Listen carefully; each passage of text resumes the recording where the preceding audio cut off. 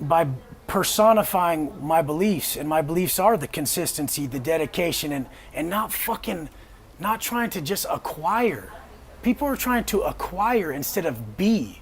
Do you want to become strong, or do you just want to appear to be? I really just want to be what I appear to be and not be a fucking fraud. So a successful person has a set of principles that makes them successful, not just that they have money. A lot of people have money. It doesn't mean they're successful, but their principles do show they're successful. So yeah, I might see the money at first, but then I want to see the principles. I want to know where it really came from, where the origin was. So that right there was a clip from an interview Wes Watson did with Big Hurt a few years ago. And as you can see, mighty different tone compared to what we're used to seeing from old Wesley these days. You know, he did that interview around the time he was doing park bench videos. These videos are pretty much what he became known for, what put him on the map. Videos that made most people like him. And when he was doing those videos, he always had an intensity to him. He always had it. But there was also a calmness there. You know, there was a balance between energies, you know, calmness and intensity. Compared to these days where he says, you know, he just seems to be yelling for the pettiest of things, you know, anger with no substance. Like I always say, you know, there's nothing wrong with passion and anger, but it's like, what's the cause? What's the purpose behind it? Nowadays, I mean, there is no purpose. There is no cause. See, back in the day, Wes Watson, when he was on that park bench, you know, he had a positive message over the most part. Now, I really didn't watch his videos religiously like that, but I've seen some stuff, and over the most part, he had a positive message. But nowadays, if you look at the ripped, rich, rare Wes Watson, not so much. I mean, this guy is just boasting and bragging, putting people down. Back when he was on the park bench, he was encouraging guys, you know, but there, you know, there was also this balance of compassion even. Yeah, I mean, there were times where he was encouraging understanding, being understanding towards people and stuff. Yeah, he always had that hard-nosed side to him, but every now and then he would mix it in with a conscious compassion for people. But these days, boasting, bragging, putting people down. See, most people, they say they like park bench Wes Watson better. Definitely a lot better than this purse-wearing, ripped, rich, rare Wes Watson. And I gotta agree. But Wes Watson doesn't agree. He doesn't agree. I recently saw a comment on social media with somebody saying, man, you know, I miss the old school videos, the park bench videos. And Wes replied, he said, those videos suck. He likes the new stuff better. The purse wearing, you know, losing his shit over the dumbest stuff, no substance behind it, ripped, rich, rare. He likes this Wes Watson better. Flexing, stunning on people. And it's interesting, he feels that way because those old school videos are what put him on the map. You know, it's crazy. Now, some people say this new Wes Watson is, you know, it's a gimmick. You know what I'm saying? It's a gimmick. You know, but I disagree. Because what would be the point of the gimmick? When he got out of prison, he blew up. There was no need for a gimmick. I mean, he had the followers. You know, they certainly weren't coming at him like they're coming at him now. So what's the point of this new so-called gimmick? Nah. I don't think what we're seeing from Wes is a gimmick. I think what we're seeing now is the real Wes Watson. That guy on the park bench, that was a gimmick. That was a character. You know, Wes, he's a prime example of that phrase, money doesn't change who you are, just magnifies what you are. He was always like this, you know? And I can't, you know, it makes me think about the movie Rocky Balboa. Now, Rocky is one of my very favorite movie franchises.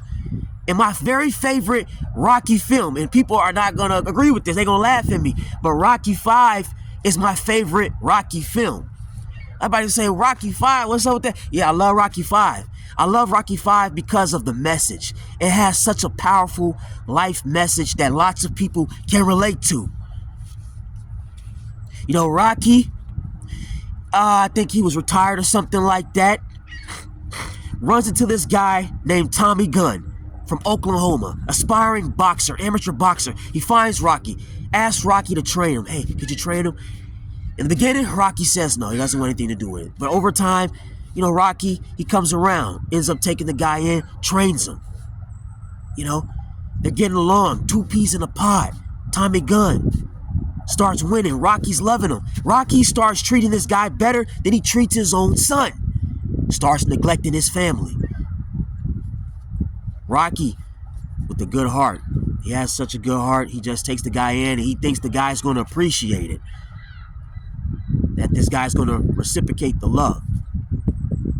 Tommy Gunn's winning and winning. Next thing you know, the Sharks come in. Duke, whatever his last name is, takes him in, shows him the finer things in life. Tommy Gunn gets a lot of money, becomes ripped, rich, and rare. Next thing you know, man, he changes. Gets arrogant, the narcissism, the ego, the jealousy. Yeah, he becomes jealous of Rocky, turns on Rocky, challenges Rocky to a fight. You guys know the rest. You know how the story goes.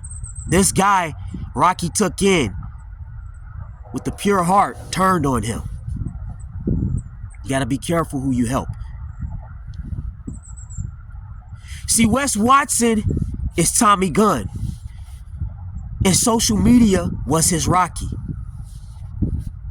The people that supported him was his Rocky. When Wes got out of prison, he was down and out, didn't have anything. But social media was the one thing he had to take himself out of the gutter, so to speak. Now, Wes, he really doesn't come from the gutter. I'm gonna talk about that in a little bit. But he didn't have anything. You know, he came out of prison, didn't have money. In many ways, he was down on his luck. But social media was his Rocky. And once he blew up, he spit in social media's face. He spit in all of the followers' faces. He spit in his fans' faces. You know, Wes says he's self-made. I don't believe that. I don't believe in the concept of being self-made. A lot of entrepreneurs love to say that. A lot of business moguls and stuff that like to talk about they're self-made. Nobody is self-made. Everybody is a byproduct of their experiences in life. Everybody is a byproduct of the teachers they ran into, good or bad. The bad teachers and the good teachers. They're a byproduct of family members they've had experiences with. You know, everything. That worker at the airport that pissed you off, maybe they were rude to you, irritated you, pissed you the hell off. You are a result of that experience. You take that experience with you. It has now become a part of you. It's like a new building block, a brick to who you have become or will eventually grow to be. So nobody is self-made. Nobody is self-made. Life makes you. You didn't make you, life made you. And social media made you, the fans made you, and you turned on them. Wes, people don't dislike you because you got fast cars. People don't dislike you because you got muscles. People don't dislike you because you got a lot of money. They dislike you because you contradicted the message. You contradicted your message. You turned on them. You pulled a 180 or a 360 or whatever the phrase is. Some people, they say it's 180. Some people say it's 360. Whatever the hell the degree is, you turned on that. You know what I'm saying? That's why people don't like you. Because you're a narcissist. That's why. You know what I'm saying? But the reason people like those old videos is because of the message. You were promoting a positive message, an uplifting message that people wanted to, relate to or felt they could relate to or they found inspiration in. That's why people like those park bench videos. See, Wes, now he's gaslighting the people who say they like those videos better. He say, the only reason you like me on the park bench is because you're still on the park bench. Basically, Wes looks at being on the park bench as a low point in his life. And anybody that likes that, he basically feels like they're losers because, again, he felt like a loser when he was doing those videos, which is a shame because that's not what it is, man. It's not what it is. People like those videos because, again, you are promoting a positive message, an uplifting message. Look, you can have muscles, you can have lots of money, fast cars. It's nothing wrong with liking these things. There's nothing wrong with having these things. But you don't have to be an asshole to like these things. You don't have to be an asshole to do the things you love to do. And you don't have to be an asshole to drive around in fast cars. Money is not evil. It's what you do with the money that determines how good or evil you are. Unless you're a piece of shit. Like I said, man, nobody's self-made. Our life experiences make us who we are. Now, obviously, everyone reacts and responds to life experiences in a different way. You could take two people that are exposed to the same thing, but they may respond or react to the experience completely different. One person, they may get bullied by this one type of person, man, constantly being fucked with, and it breaks them. It makes them feel small, and they don't fight back, and they just run away. Then another person, they might straight up take a brick and smack the shit out the bully with the brick. They might want to shoot the bully. They might want to beat the bully up, or they might even become a bully themselves. Hopefully that doesn't happen. Unfortunately, that does happen a lot too. People who are bullied become bullies. Or bullies. But nonetheless, it's all in how you respond to these life experiences. Now, in your case, Wes, speaking of like personalities and types and stuff like that, I think Wes Watson is an innately foul human being by nature. Because our life experiences and how we react to these experiences, a lot of what we are naturally plays a role as well. You know, if you're a naturally aggressive person, you got two people that can be exposed to the same experience, but one is super aggressive and one is more passive. The way they respond to the experience is totally different. I think Wes Watson by nature is a shitty human being. Regardless of what his life experiences are, he would be a shitty human being. Because there's no reason for him to be the way that he is. You know what I'm saying? Like he even said it. He grew up, over the most part, very comfortable. He had a good life. Didn't grow up in the trenches or nothing. So what's the excuse behind the way he is? Because, you know, some people in life, they go through certain things and it's almost like, man, I can understand why they are the way that they are. And they may be kind of messed up the way they are, but I get it. Wes, what's your excuse? You had everything over the most part because by nature, you're a piece of shit. Bad experiences had nothing to do with it. You went out and you it's almost like you wanted these experiences. You wanted to get into the mess, the BS. You know, you live for this bullshit, so to speak. It's like you want to be the problem and the solution. You can't be both. Because people will see through it. Wes says he loves people. He likes people. No, you don't, Wes. You like what people can do for you. You like to use people, scam people. In that opening video, you talked about how money doesn't really mean you're successful. It doesn't make you successful necessarily, but it's about the principles you stand on. Wes, is it safe to say that your principles are lie, cheat, steal, scam in order to get what you want? Because that's what you've done. You've lied, you cheated, you scammed people. And then he likes to try to shut people down. Says, well, you know what? I don't have to listen to you. If you don't have what I want, if you don't have muscles and stuff, I don't have to listen to you. And to an extent, like I said before in another video, I agree with that. If you want to be a carpenter, you're not going to take, carpentry advice from someone who just washes cars for a living and has no construction experience. You want to take advice from an experienced construction worker. But when it comes to right and wrong, morality, no one is above being told they're doing bad things, regardless of how much money they have.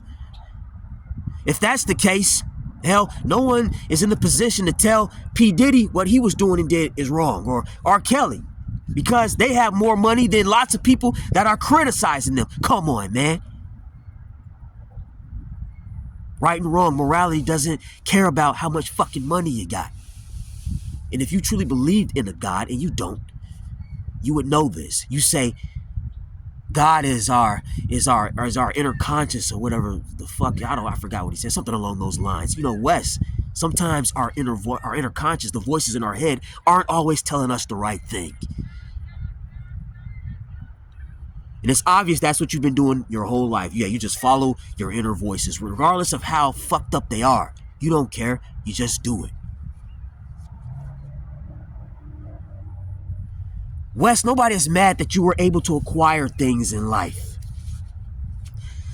You know, when you have followers, when people watch certain people that inspire them, over the most part, they're happy to see them rise. They're happy to see them acquire things. But they're not happy to see them become horrible people. And that's what you have become. Or maybe, like I said earlier, this is who you always were. This is who you always were. So you duped people. You know, see, people, they gotta be careful following guys like Wes Watson, guys like even Kali Musk. You gotta remember, these guys went to prison for a reason. Now, you could try to play mind games and ask yourself, well, did they go to prison because of the way that they are? Or did prison make them the way that they are? Nah, man. Most people that go to prison deserve to be in prison. Especially Wes Watson, because he pretty much said it. You know, he pretty much said the way that he is, he was like this before he even went to prison. Now, obviously, prison can make you an even worse person than you are if you went into prison a bad person. But prison didn't make him the way that he is. He went to prison because of the way that he is. I mean, you find out, and that's the case with most people that go to prison. A lot of times, it's like you find out people, they went to prison or they've been shot, and then you get to know them. It's like, man, I see why you went to prison. I see why somebody shot your ass up. And that's how it is usually. So these guys, these Wes Watsons, and I'm not saying everybody that comes out of prison just should not be listened to and you can't trust them. But more often than not, that is the case. Like, a lot of these prison people, you got to be careful. A lot of them are like Wes Watson. Maybe not as flagrant about it. You know, the way he is like it should be a case study. His level of delusion and narcissism and the boldness behind it, the stuff that he says, it don't even register that, dude, that, are you kidding me, man? That's not right. You know, rich, rare. Listen, man, it ain't nothing wrong with being a little rare. There's nothing wrong with being rare. But again, it's all context. In what way are you rare? You don't just want to be rare for no reason. That's the thing about a lot of people these days. They just want to be different for the fuck of being different. Rare for the sake of being rare. Attention for the sake of getting attention. Ain't nothing wrong with getting a little bit of attention. But again, why are you trying to get the attention? What are you trying to bring attention to? Are you running in the street butt naked, you know, screaming, hey, look at me. You know, I can just get attention. I can run in the middle of the street butt naked doing the Macarena. What would be the cause? What would be the purpose of it? Just getting attention, fucking getting attention? Come on. So I believe, you know, most things in life are not innately bad or good. Everything is neutral. It all depends on context. Yes, it's okay to be a little rare, but sometimes you want to be a little normal, a little chill. Wes Watson's rarity is not a good thing.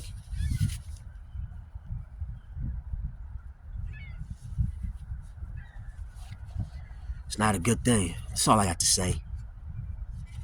You know, I found out, and I heard about the whole Wes Watson apparently has a small you-know-what, you know. A lot of people are saying, hey, go figure. It had to have been something. There you go. It just all falls into place. All the overcompensating, the empty aggression, always gotta, you know, he had to been overcompensating for something, right? And there you go. You know, not here to body shame or nothing, but that's what people are going to say. When you behave and act like that, sometimes you are compensating for something, and maybe, hey, that's just everything just falls. It looks like it's just falling into place. So as far as him being exposed for having a small, you know what? Hey, there you go. You know, and as far as him looking at, was it 5 years in prison? Man, I think that's a slap on the wrist, to be honest with you. You know, I think that's a slap on the wrist. I think if he goes to prison, it should be for life, or he shouldn't be able to get out until he's like 80 or 90 years old or something. You know, because he's in his early 40s now. That means he'll get out of prison in either his mid to late 40s, something like that. And late 40s, that's not super, young or anything, but it's not old to the point where you can't make a comeback. Like, early 40s is still young enough to where he can come out and be on the same bullshit that he's on now. And I don't think he should be allowed to do that. I don't think he should have the luxury of being able to get out of prison and do what he's doing now. So keep him in there for life, or keep him in there until like maybe he's like 80, 90 years old and we get out. He's too old to really, make a comeback, make some waves, because ain't nobody trying to listen to an 80 or 90-year-old Wes Watson at that point. And that's not to say older people are not capable of exhibiting wisdom and things like that, and we shouldn't listen to him. But a guy like Wes, I doubt he'll have anything to offer from a wisdom standpoint in old age. And a guy like him, his message, it only resonates like with a younger crowd, people in their 20s, 30s, and even 40s. Be better than people, compete with people, tear people down. Fuck morality, get what you want. Big booty bitches, fast cars, money, jewelry, So, yeah, it's a message that pretty much resonates with young douchebags and bitches and stuff like that. But yeah, that's all I got to say. And I just want to end this to say there's nothing wrong with having things. There's nothing wrong with acquiring things. I like nice jewelry and stuff like that. I think a nice looking motorcycle is cool, but I'm not going to put other people down just because I have these things or I like these things. I've said this in another video. He likes to put people down and call people titty boy, fat, this and that. The things that this guy loves and cherishes and just, worships, cars, the fancy condos, these things are built by people that probably do not have muscles, tattoos, probably do not shave their arms, probably are a little on the chubby side, but they provide these things. They contribute to society in a positive way. A person who's working in a warehouse, a guy just a standard job, driving a normal car, he has just as much right to say Wes Watson is acting like a jackass than any other person that has lots of money or more money than Wes. Don't let the pursuit of the finer things in life turn you into a horrible human being. That's all I got to say. And on that note, later.